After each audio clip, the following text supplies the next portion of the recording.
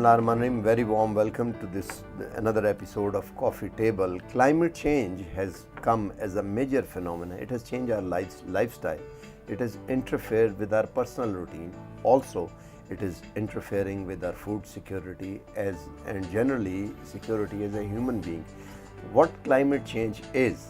It changes everything. With the change of climate, the drought pattern and the rain pattern and sowing pattern and ripening pattern, everything changes. Because of this, the government of Pakistan has invested quite a lot in facilities, especially on academic side, to assess the impact and chalk out a relevant and good policy to cater it, to preempt it in some way. Establishing a drought center which look after the whole country, especially in Islamabad, is one of the pioneer things which the government has started. We have today with us Dr. Azmat Hayat. Doctor, very warm welcome. Tell us something about your center, the drought center. This drought center was in fact established after the historic 1998-2002 drought, right, in the context of that. And the main objective was that the drought events in the country and in the region, they may be monitored well on the scientific basis, and advisories on this very important issue may be issued on regular basis, so that the government authorities, the DRM agencies especially, they may able to take the precautionary measure as well as the required mitigation steps for the to foster the negative impacts of this hydroclimate. You can say it is a very important hydrometeorological hazard. This right. is the drought hazard.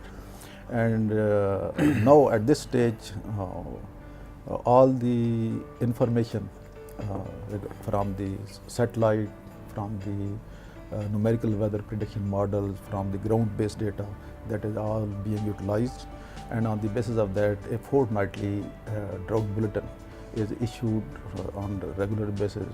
And that is a thoroughly reconciled one? Definitely, that is reconciled, and that is regularly shared with the all DRM agencies and the agricultural authorities and the international agencies like UN, FAO. How much this drought is embedded in climate change? Or it's a one time? Because obviously we are familiar with the words, the nomenclature of El Nino and La Nino and all. But how much this drought is embedded in climate change? In fact, the drought is a recurrent climate episode, you can right. say. As the rainfall is variable across the different parts of the country, same is the case with the drought. Sometimes you get the drought in the Potohar, sometimes you get the drought issues in the Thar, Cholistan, in Balochistan, like that. How do you define drought? When you start calling absence of water or precipitation as drought? Yes, there are some threshold as well. Right. For example, if there is a rainfall is 40% below the average rainfall for the 3 month or the 6 month, then there will be a drought. This is some simple explanation. Then there are the statistical mathematical tools, mathematical indices. When you put in the data, then it calculates the climatology of that location, and then it puts a threshold that okay, it is the 40% or 50% or the 80% of the below normal rainfall is there. Then the severity of the drought, either it is a light drought, moderate drought, severe drought, then it is categorized. The drought has been there for centuries or even for millennia. Yes. But can we call the drought phenomena of climate change? Of course. The climate change, in fact, the major impact of the climate change is that the rainfall, yes, the rainfall pattern actually, they are changing. For example, previously you were getting the rainfall, high rainfall in the Murray or this, adjoining areas. Now there is some sort of shift of the high rainfall toward the a little bit west. Which is? West, you may say Dir, Kakul, this area, the high rain, and the lower side on the Mia Valley and these areas. This is just one example. Similar is the case with the, for example, the Bhavalpur, where you are sowing the cotton crop, and because there was a less rain in that area, but now there are episodes of heavy rainfall in that area as well. But that is south. Yes, that is south. This is just area example I just explained. What it has impacted, that the area where rainfall was less, you were growing the cotton and such crops, but now due to the heavy rainfall intensities, your cotton crop is going to be badly affected by this sort of episode. Previously there was no, this was not the climate of the Bhavalpur or this region. That is why we had adopted the climate of this, cotton. And on the other hand, the Gujranwala, the Sialkot, these were the high rainfall region. We adopted here the rice. But now you say, if you practically go there, the rice growing area is shrinking due to the lack of less rain or the lack of the availability of water. Natural, yes, natural rainfall. And this is due to this shift like that. Same is the case with the drought episode. That in Potohar, previously it was good rain, but now the rainfall in this Potohar plateau, this is quite variable. Take the example of this monsoon. At present, our Khanpur dam, it is just half filled.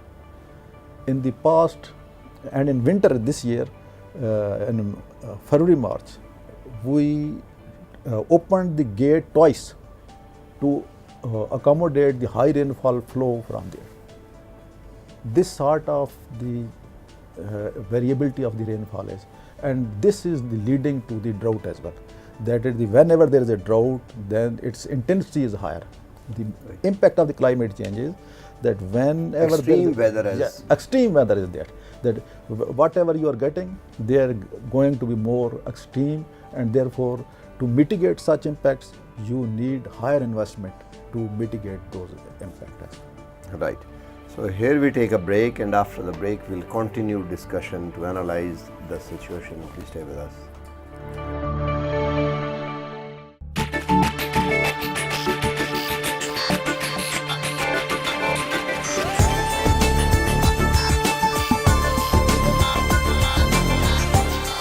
It's diverse. It's original. It's SDTV.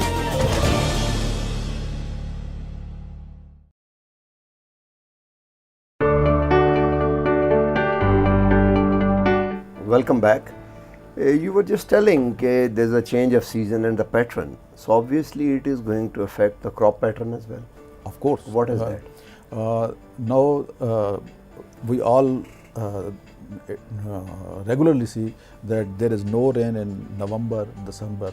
Previously, our cropping, Rabi crops that were sown in November, then it was a bit shifted from the last decade of November to first week of December. This was the change. But now it has been delayed further. Further delayed, advanced.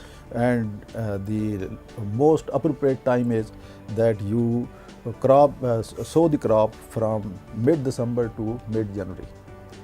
Due to this change in the rainfall pattern, that there is complete dry period now observed in the November and December. Whenever you sow the crop, within 2 to 3 weeks you need some rainfall so that the germination may be better. And the only expectation is that you will get the rainfall in the second week of the January. That is why the plantation of this crop, wheat crop, that is delayed. Although the wheat crop is not a water-loving crop like rice or the vegetables like that. If there is a little water, then it can be. But in our this upper part of the country, you would know most of the area is rain-fed. and therefore Barani. the Barani are. The only solution is that we may delay the sowing so that we may get a better germination when there is rain in the January. Right. So are you preparing some sort of a policy for or advisory for the farmers in collaboration with other departments? We have already submitted reports on this, analyzing the data and this to the Agriculture Ministry, to the Climate Ministry of Climate Change, all those. And the year to year, before the sowing, we issue advisory, agrometeorological advisories, advising the farming community, then okay, this is the time that when you will get some rainfall. If you have some irrigation mechanism, then you sow your crop before. But if no moisture is not available and you have no irrigation mechanism or a well or some canal like that, then it is better to sow the crops between this period, because we issue 1 month advisory on the rainfall, that okay, during the next month, after 10 days, after 15 days, after 14 days, or you will get some rainfall. This change in pattern is stable, or do you think it's continuous? Because it has stabilized, I mean, according to the new time frame, or it's a continuous change, or what do you think? The January is, I think this is a bit stable, at least for the next 10, 15 years like that. It is a bit stable that if you analyze the data, you see the trend, you adopt some verification tools, scientific tools, then it depicts that the climate, most of the time, you get rainfall in January. And therefore, it is better that if we can modify our sowing dates accordingly to the climate. And the area, the shifting of one crop from one, for example, cotton from south to another area. Yes. Are you mapping that as well? We have mapped the rainfall pattern, not the crops. We have mapped the rainfall pattern that, okay, here previously this was a good, this was a dry area, now it is going to be, this sort of rainfall intensity is going to be there, and the other area which is going to be dry, the climate change is impacting on the both sides. Then somewhere you are getting the high intensity. It is converting desert to oasis, yes, and oasis to desert. Yes, and what are those areas where you will be getting the less rain? Therefore, that may be adopted for the such cotton or like that. One example you can say that this gram we have in this particular belt in the Barani areas, Chakwal, Pindi, like that. People were growing those and they were suffering loss continuously. Now, based on this, the analysis of the meteorological data, now the government of Punjab has advised for the started a project on the olive project here for the Barani areas of the Pindis and Pindi, Attak, Chakwal, like that. And the gram that has been recommended to be shifted to the Pakhar and this area, so that where there is a little rain or there is no heavy rainfall intensities, that may damage the flowering of the crops. Right. Or that. Are you working with the extension departments? And of course, we are. There is one agrometeorological. Who are the departments? Agrometeorological center is there. The agriculture department, extension department is there. Agromet advisories. We are. Is it easy to bring it to extension, or? Actually, to communicate it is difficult. Right. But to share the information, because that is something else. That is something else. To communicate them, this is you need this climate change and climate change adaptation, and this is some sort of there is a knowledge base is required, and the extension at the grassroots level, they are at you can say the farming communities, not the So educated and so all. educated. But you can just give them ready-made information about the do's and don'ts. That is being there. We share the information to the provincial agriculture departments. Then they issue a bulletin in the Urdu language, local languages, and that is disseminated to the all. Right. Here we take another break. After the break, we will try to conclude the discussion and come up with some sort of advisory and leave you with some new points where more work needs to be done. Please stay with us.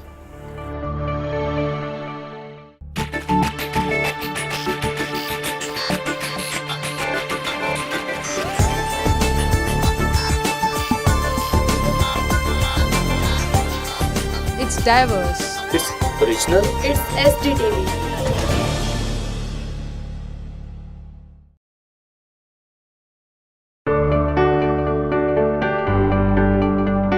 Welcome back. Dr. Sahab, tell us something about other facilities you have, or at least that can bring that to the extinction.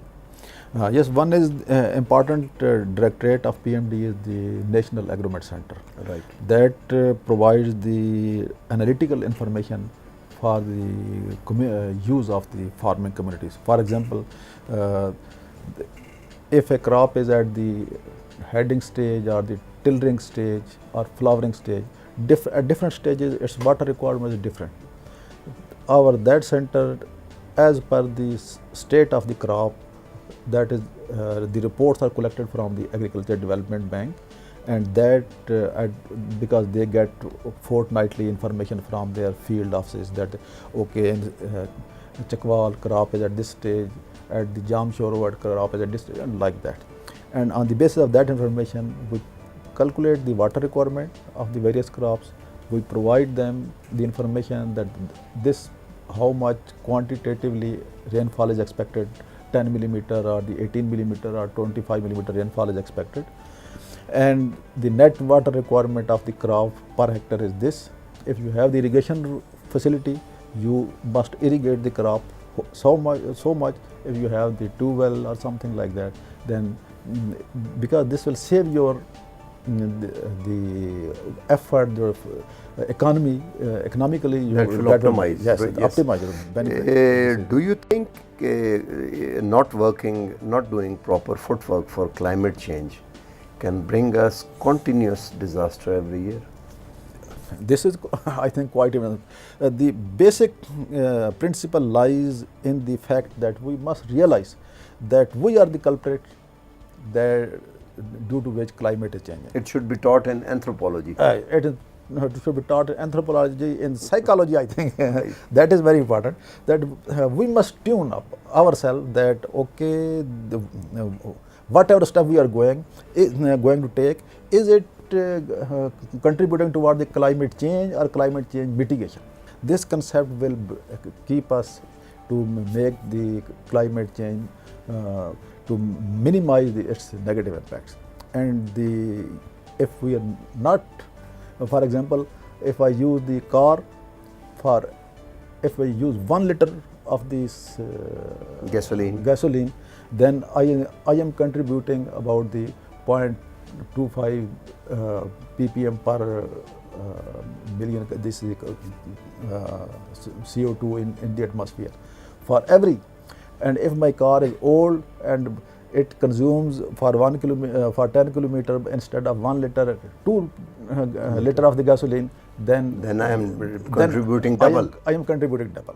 And instead of that, I tune up my car for the 10 rupees or 15 rupees, what the damage it will give to the entire community, that will be hundreds and thousands of times much more. So, towards the end, we conclude that educating communities and a robust education program on climate change is the best way to mitigate.